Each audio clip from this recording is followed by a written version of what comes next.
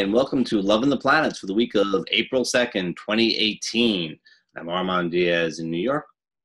And I'm Margaret Gray in Dublin. And goodness, Armand, here we are into April. We're into full-blown Aries territory, which I love, of course. And we've got some interesting aspects this week, which, let's remind everybody, kind of end on a really nice note for once, because I know we often leave our listeners with kind of like, oh, the weekend is doom and gloom. But we were just saying before we started that this weekend might be a little different. So what are your thoughts about this Mars-Saturn conjunction in Capricorn square the Sun conjunct Mercury in Aries? Well, you know, Mars and Saturn have kind of a bad reputation, each of them separately, and yet they're both in the sign of Capricorn, where the Saturn sign, and it's supposed to be Mars's exaltation. And while I'm not crazy about the system of exaltations all the time, and the system of fall goes along with it, I have to say that Mars in Capricorn seems to be channeling energy. So Mars-Saturn aspects can be frustrating, but they also help us to focus. And I think that that's what we're getting here. And I think actually square to the stuff in Aries, to the Sun and Mercury in Aries, is a little bit like Sun and Mercury in Aries kind of want to be impulsive and just go for the moment. And then the Capricorn planets are saying, no, we'll get stuff done. After all, Aries is Mars' sign. We'll get stuff done, but we're going to go a little bit more slowly and methodically. You know, I totally agree. And I was writing on the blogs earlier in the week, you know, that until mid-April, we've got these two energies squaring each other, which are so different because Aries is in a hurry and Capricorn is a little slower.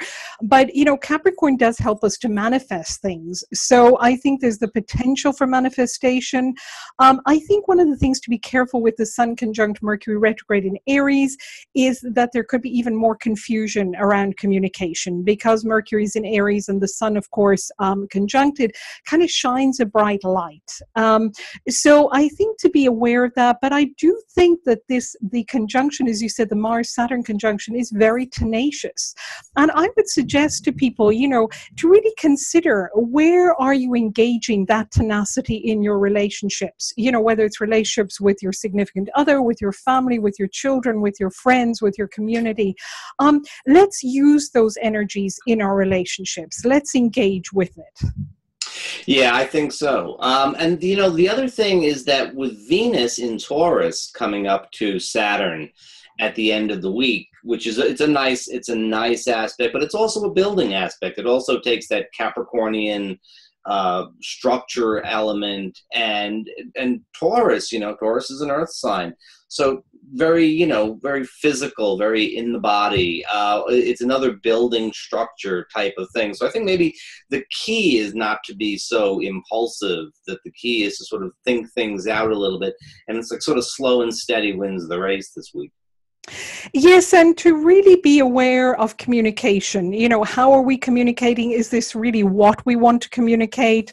And we said this before, but with Mercury retrograde, you know, whatever we write down, go over it. You know, maybe don't put the name of the person in the email address. First, write your email and rewrite it before you send it out. And be careful with text. I mean, text can just disappear so quickly, or Facebook Messenger or whatever.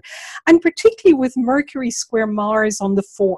I mean, that really feels like it could be a very impulsive time where really we just want to fire our words out, lash our words out. And words, of course, can be incredibly destructive and we can't really take them back. So just to be aware to use, as you said, you know, that those Capricornian energies to maybe consider carefully, do we really want to say this to the people in our lives? You know, does it need to be said right now? That's the other thing, that if there's anything that can wait to be said until after the Mercury retrograde, my goodness, please do wait, you know, and documents, you know, if you're signing, like if you're getting married or signing for a house together, or, you know, even a job or whatever, really to consider, do I have to do this right now? And have I really checked everything in it?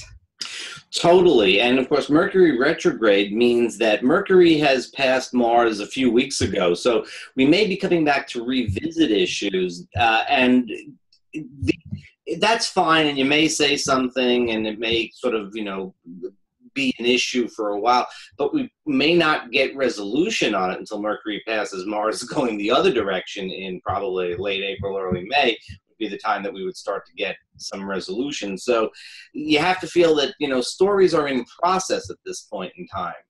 The other thing is the moon is in signs that are helping a little bit or not, in that the moon is in Scorpio and Sagittarius.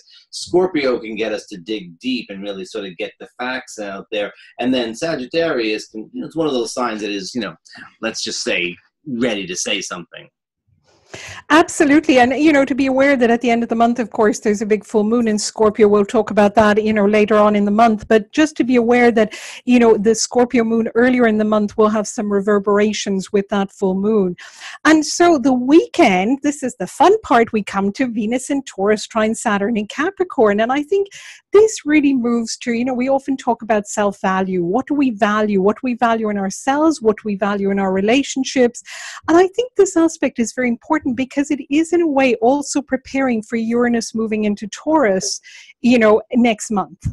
So I think there's a little bit of that start. And so also to consider in relationships, the whole issue of money. It's something that couples can either find very easy to deal with or very challenging. It doesn't seem to often have a middle of the road.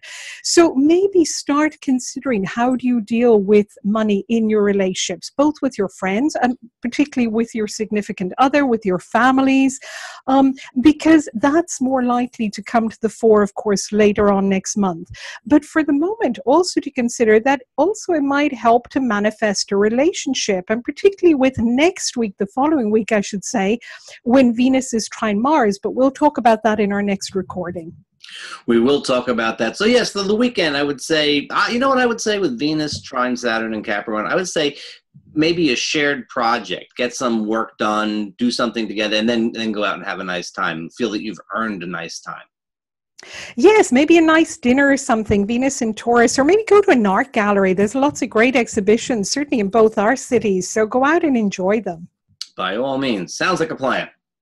See you next week, Armand. Enjoy the week. Bye-bye.